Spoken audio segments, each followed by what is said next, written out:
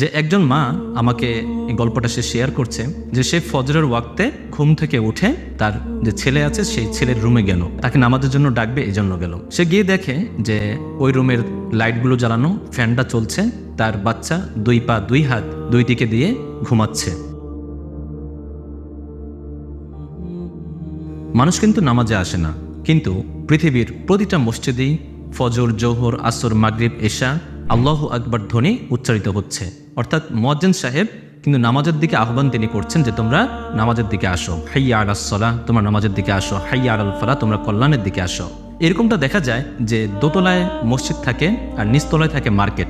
সেই মার্কেটে এরকম দোকানদারও থাকে যে দোকানদার সর্বপ্রথম ওই মসজিদের আজান শুনতে পায়, কিন্তু সে ওয়াক্তের পর ওয়াক্ত, দিনের পর দিন, মাসের পর মাস, বছরের পর বছর সে মসজিদে যায় না। আবার এরকমটাও দেখা যায় যে মসজিদের পাশেই বিল্ডিং, সেখানে যে ফ্ল্যাটগুলো থাকে সেই ফ্ল্যাটের যে মুসল্লিরা আছে বা মানুষরা আছে তারা মসজিদে আসে না, কিন্তু মসজিদের আজানের আওয়াজ সর্বপ্রথম সেই বিল্ডিংয়ের মানুষের কানে পৌঁছায়, এরপর তারা মসজিদে আসে না। অনেক সময় এরকমটাও দেখা যায় যে মসজিদ থেকে 500 গজ দূরে বা 1 কিলোমিটার দূরে কোনো এক মুসল্লি, কোনো এক আল্লাহর বান্দা হুইল চেয়ারে করে মসজিদে আসছে নামাজ পড়ার জন্য, আল্লাহর দিকে সে ধাবিত হচ্ছে। আবার এরকম বাচ্চাও দেখা যায় যে 2-3 বছরের বাচ্চা, 4 বছরের বাচ্চা, 5 বছরের বাচ্চা, সে সুন্দরভাবে যখন আজান হচ্ছে সে আল্লাহু আকবার ধ্বনি শুনে শার্ট প্যান্ট পরে, পাঞ্জাবি পায়জামা পরে তার মা তাকে বাসা থেকে বের করে দিচ্ছে যে যাও মসজিদের দিকে চলে যাও। কিন্তু এরকম পার্থক্যটা কেন যে একজন মসজিদের নিচের ফ্লোরে থেকেও সে মসজিদে যাচ্ছে না, মসজিদের পাশেই তার বাসা, তারপরে সে মসজিদের দিকে যেতে পারছে না, আবার আরেকজন হুইল চেয়ারে করে ছোট বাচ্চাটাও মসজিদে চলে যাচ্ছে? এরকম কেন পার্থক্য? এর একটাই পার্থক্য, সেটা হলো যারা যাচ্ছে না মসজিদে তারা আল্লাহু আকবার ধ্বনির মর্ম, উপলব্ধি বা ব্যাখ্যা তারা এটা বুঝতেছে না, এটার মিনিংটা তারা জানে না, এটার অর্থ তারা বুঝতে পারছে না। আর যারা মসজিদের দিকে ধাবিত হচ্ছে তারা বুঝতে পারছে যে আল্লাহু আকবার এটা মানে কি। আসলে আল্লাহু আকবার এটার অর্থ আমরা অনেকেই জানি, এটা ছোট বাচ্চারাও জানে, কিন্তু এটার অর্থটা জানাটা যতটা না গুরুত্বপূর্ণ তার থেকেও বেশি গুরুত্বপূর্ণ হচ্ছে এটার মর্ম কি সেটা আমাদেরকে বুঝতে হবে, অর্থাৎ এটার ব্যাখ্যাটা কি সেটা আমাদেরকে জানতে হবে। এখন এটার ব্যাখ্যাটা কি? আল্লাহু আকবার এটার মানেটা কি? আল্লাহু আকবার এটার অর্থ হলো যে আল্লাহ তাআলা হচ্ছেন মহান। আমরা কি আমাদের নিজেদেরকে কখনো কি এই প্রশ্ন করেছি যে আল্লাহ তাআলা কিসের থেকে মহান? আমরা কিন্তু এটা কখনোই নিজেদেরকে এই প্রশ্নটা করি না। যারা করে তারাই বুঝতে পারে যে আল্লাহু আকবার, আল্লাহ মহান, এটার মর্মটা কি। আল্লাহ যে মহান এটার মানে কি? এটার মানে হলো এটাই যে যখন জোহরের ওয়াক্ত হচ্ছে সেই সময়টাতে আমাদের সমাজের অবস্থা কি থাকে? আমাদের সমাজের মানুষ এক একজন এক এক কাজ করে। কেউ রিকশায় উঠছে, কেউ রিকশা থেকে নামছে, কেউ গাড়ি ড্রাইভ করছে, কেউ ঝালমুড়ি বিক্রি করছে, আবার কেউ স্কুলে যাচ্ছে, কেউ পড়াশোনা করছে, কেউ মোবাইল টিপছে, কেউ ল্যাপটপে আছে, কেউ গেমস খেলছে, কেউ হিন্দি মুভি দেখছে, কেউ কারোর সাথে মারামারি করছে, কেউ বা কোরআন পড়ছে, আবার কোনো মা ইলিশ মাছ কাটছে, কেউ পটল কাটছে, কেউ বেগুন কাটছে, শশা কাটছে, অথবা কেউ হসপিটালে আছে। ঠিক এই সময়টাতেই যখন জোহরের ওয়াক্তে আল্লাহু আকবার ধ্বনি বলে মুয়াজ্জিন সাহেব এই ঘোষণা দিচ্ছেন যে আল্লাহ তাআলা হচ্ছেন মহান, তখন যে যেই কাজ করছিল অথবা যে যেই পেশায় নিযুক্ত ছিল, যে এখন গাড়ি চালাচ্ছে, তাকে এটা বুঝে নিতে হবে যে তার গাড়ি চালানোর থেকেও বেশি গুরুত্বপূর্ণ হচ্ছে নামাজে যাওয়া। আল্লাহ হচ্ছেন ওই কাজ থেকে মহান। যেই মা ইলিশ মাছ কাটছে তাকে বুঝে নিতে হবে যে এখন এই মুহূর্তে ইলিশ মাছ কাটার থেকেও গুরুত্বপূর্ণ হচ্ছে নামাজ পড়া, আর এই কাজের থেকেও মহান হচ্ছেন আল্লাহ তাআলা। যখন আমি নিজেকে এই প্রশ্ন করব যে আল্লাহ তাআলা কিসের থেকে মহান, আমি তো জানি আল্লাহু আকবার এটা মানে হচ্ছে আল্লাহ তাআলা মহান, আমাকে বুঝে নিতে হবে আমি এখন দুনিয়াতে যেই কাজই করি না কেন, সেটা মোবাইল টিপি, ল্যাপটপ টিপি, অথবা যদি আমি কোরআনও পড়ি, আমাকে বুঝে নিতে হবে এই সমস্ত কিছু থেকে আল্লাহ তাআলা হচ্ছেন মহান।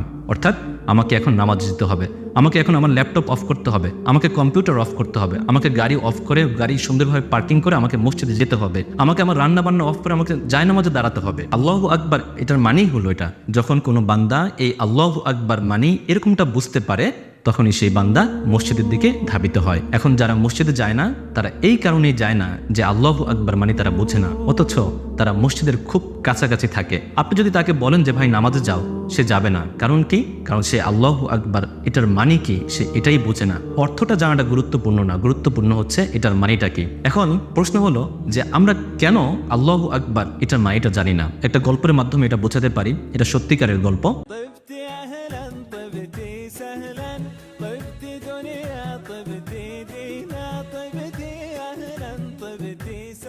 যে একজন মা আমাকে এই গল্পটা সে শেয়ার করছে যে সে ফজরের ওয়াক্তে ঘুম থেকে উঠে তার যে ছেলে আছে সেই ছেলের রুমে গেল, তাকে নামাজের জন্য ডাকবে এই জন্য গেল। সে গিয়ে দেখে যে ওই রুমের লাইটগুলো জ্বালানো, ফ্যানটা চলছে, তার বাচ্চা 2 পা 2 হাত 2 দিকে দিয়ে ঘুমাচ্ছে। তখন সে তার বাচ্চাকে ডাকলো যে বাবা উঠো, ফজরের ওয়াক্ত হয়েছে। সেই বাচ্চা তাকে জবাব দিচ্ছে যে মা আজকে আমার পরীক্ষা, আমি অনেক রাত পর্যন্ত পড়াশোনা করেছি, আমি এখন ঘুমাবো, যাও আজকে আমার সিটি আছে, আমাকে পরীক্ষা দিতে হবে, যাও। তার মা তাকে অনেকবার ডেকেও তাকে ঘুম থেকে উঠাতে পারলো না। তার মা খুব আফসোস করে যখন রুম থেকে বের হয়ে যাবে তখন সে হঠাৎ করে একটু ঘুরে দাঁড়ালো।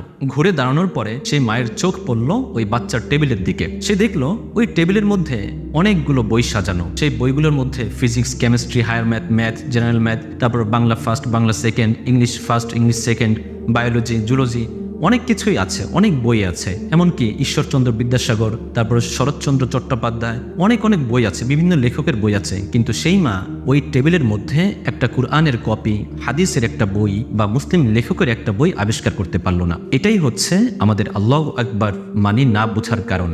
আমি বোঝাতে চাচ্ছি যে যেদিন থেকে আমাদের টেবিলগুলো কুরআনের কপিবিহীন হয়ে গিয়েছে, হাদিসের বইবিহীন আমাদের টেবিলগুলো হয়ে গিয়েছে, সেদিনে আমরা আমাদের পরিচয়টাকে হারিয়ে ফেলেছি। আর এখানেই শয়তান এবং শয়তানের অনুসারীরা সাকসেস। আসলে শয়তান বা শয়তানের অনুসারীদেরকে দোষ দিয়ে লাভ নেই, দোষটা হচ্ছে আমাদের কি দোষ? আমাদের দোষটা হলো এটাই, তারা আমাদেরকে যা খাওয়ায় আমরা তাই খাই, তারা আমাদেরকে যা শিখায় আমরা তাই শিখি, তারা আমাদেরকে যেটা শোনায় আমরা তাই শুনি, তারা আমাদেরকে যেদিকে ধাবিত করে আমরা সেদিকেই ধাবিত হই। অর্থাৎ তারা আমাদেরকে যেটা দেয় আমরা সেটাই নেই। তারা যদি আমাদেরকে অন্যায়ের পথে ধাবিত করে আমরা সেই অন্যায়টাকে সাদরে গ্রহণ করি। তো যেটা বলছিলাম যে আমাদেরকে অবশ্যই আল্লাহু আকবার এটার মানিটা জানতে হবে। পৃথিবীতে প্রতিটা দিন আজান হচ্ছে, প্রতিটা মসজিদে আজান হচ্ছে, প্রতিটা ওয়াক্তে কিন্তু মুয়াজ্জিন সাহেব আল্লাহু আকবার ধ্বনি বলেই আজান দিচ্ছে। কেন? প্রতিটা দিন একই বাক্য, এই বাক্যটাই কেন বলতে হবে আল্লাহু আকবার? আর কি কোনো বাক্য নেই? আমরা কি নিজেদেরকে এভাবে প্রশ্ন করেছি যে মুয়াজ্জিন সাহেব প্রতিদিন কেন এই বাক্যটাই বলে? এই বাক্যটার মধ্যে এরকম কি আছে? এই বাক্যটার মধ্যে আসলে অনেক কিছু আছে। যারা এই অনেক কিছু বুঝতে পারে তারাই মসজিদের দিকে ধাবিত হয়। মুয়াজ্জিন সাহেব কিন্তু বলে না যে কোনো ওয়াক্তে ভাই আপনারা কেমন আছেন, বা আমি ভালো আছি, আমি আজকে লাল শার্ট পরেছি, আমি আজকে লাল পাঞ্জাবি পরেছি, আমি একটু পরে মার্কেটে যাব। মুয়াজ্জিন সাহেব কিন্তু এই সমস্ত কথা বলে না। পৃথিবীর প্রতিটা মসজিদের মুয়াজ্জিন সাহেব এই একটাই কথা বলে, আল্লাহু আকবার, আল্লাহু আকবার, অর্থাৎ আল্লাহ হচ্ছেন মহান, আল্লাহ ইজ দি গ্রেটেস্ট। আমাদেরকে এটা বুঝতে হবে যে আল্লাহ হচ্ছেন মহান, আল্লাহ শুধু মহানই না, আল্লাহ মহানের থেকেও মহান। এই বাক্যটা যখন আমরা বুঝতে পারবো তখনই আমরা মসজিদের দিকে যাব, তখনই মানুষ মসজিদ মুখী হবে। এজন্য আমাদেরকে আগে বুঝতে হবে যে আল্লাহু আকবার এটার মানে কি, এটার মর্ম কি। যখনই আমরা আল্লাহু আকবার এটার মানে বা অর্থ আমরা অনুধাবন করতে পারবো, আমরা উপলব্ধি করতে পারবো, আমরা ব্যাখ্যা করতে পারবো, আমরা বিশ্লেষণ করতে পারবো, তখনই আমরা মসজিদের দিকে চলে যাব। এজন্য আমাদের উচিত আল্লাহু আকবার মানেটা বোঝা।